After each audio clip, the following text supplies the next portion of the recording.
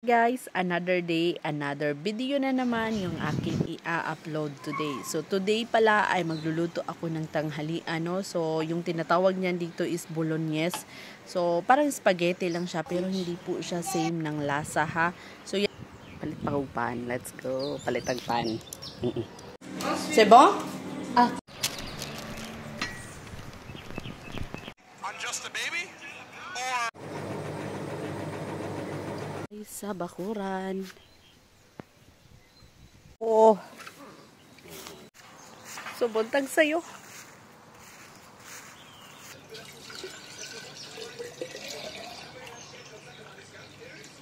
Muni ang aton.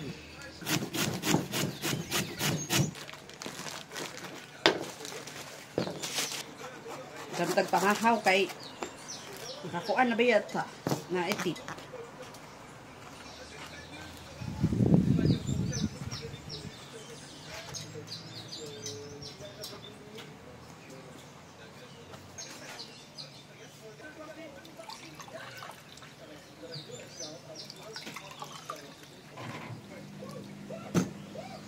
Para sa akong mga amo.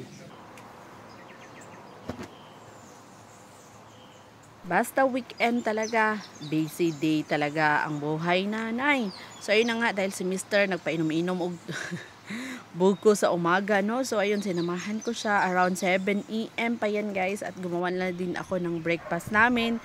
So yun yung ginagawa ko kapag bread ay nilalagyan ko ng palaman sa loob. So yun na po yung aming breakfast. So pagkatapos naman yan ay pupunta na kami for grocery. So ayun ang akong buha guys.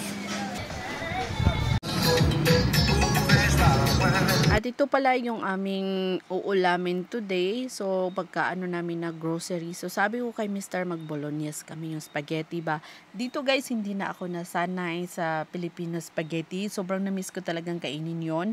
Pero, naano na din ako dito. For so many years, ito kasi yung ginagamit namin na spaghetti ba. Hindi po siya matamis. So, yan po yung tinatawag yan, bolognese.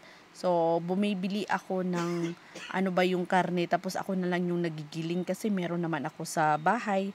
So, yun, mas nakakamura kami kaysa sa bibili kami ng giniling na ba. Pagdating talaga sa pagluluto ay nagbibigay talaga ako ng time guys para lang makakain ng masarap at talagang ano yung aking pamilya nakakasatisfy ba o di pa. So, buti na lang din, grabe po ka, supportive si Mr. Magsasabi ako na ito yung uulamin natin. So, okay na okay talaga siya, guys. So, yun, magigrill kami. Pero sabi ko, wag muna tayong mag-grill. Next week na lang. So, ito na lang yung kakainin natin, bolognese.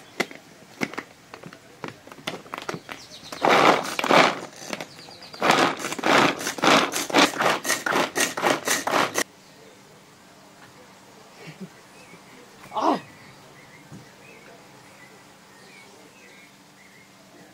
Ingredients pala ng bolognese, no, syempre yung beef, tapos ayun, mayroon ako ditong nilagay na laurier, tapos carrots, L'Oreal, salt, pepper, and nilagyan ko siya ng oyster sauce din guys.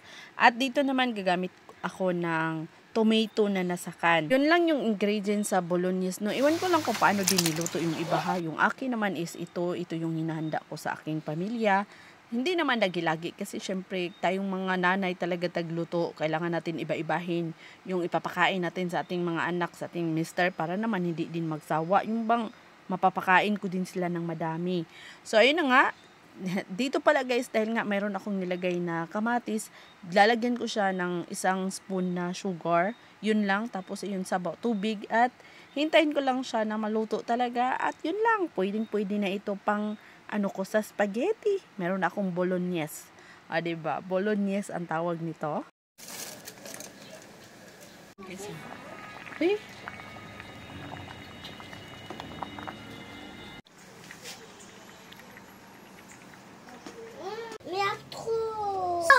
Si po bebe. Na nga, yung aking mga boys is excited na itong kumain. Nagugutom na daw sila. Exactly 12 na kasi yan guys. At doon kasi sa school ay kumakain sila. Start na ng 11:40 ganun. No, sila.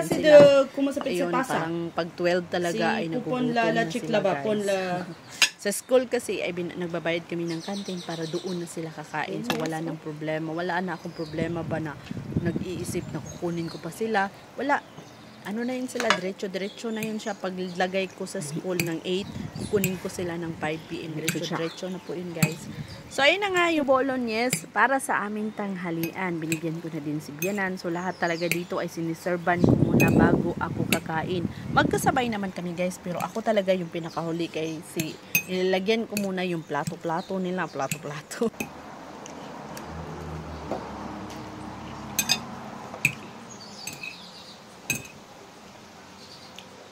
At yun lang guys, maraming salamat sa panonood. See you on my next video. Bye bye!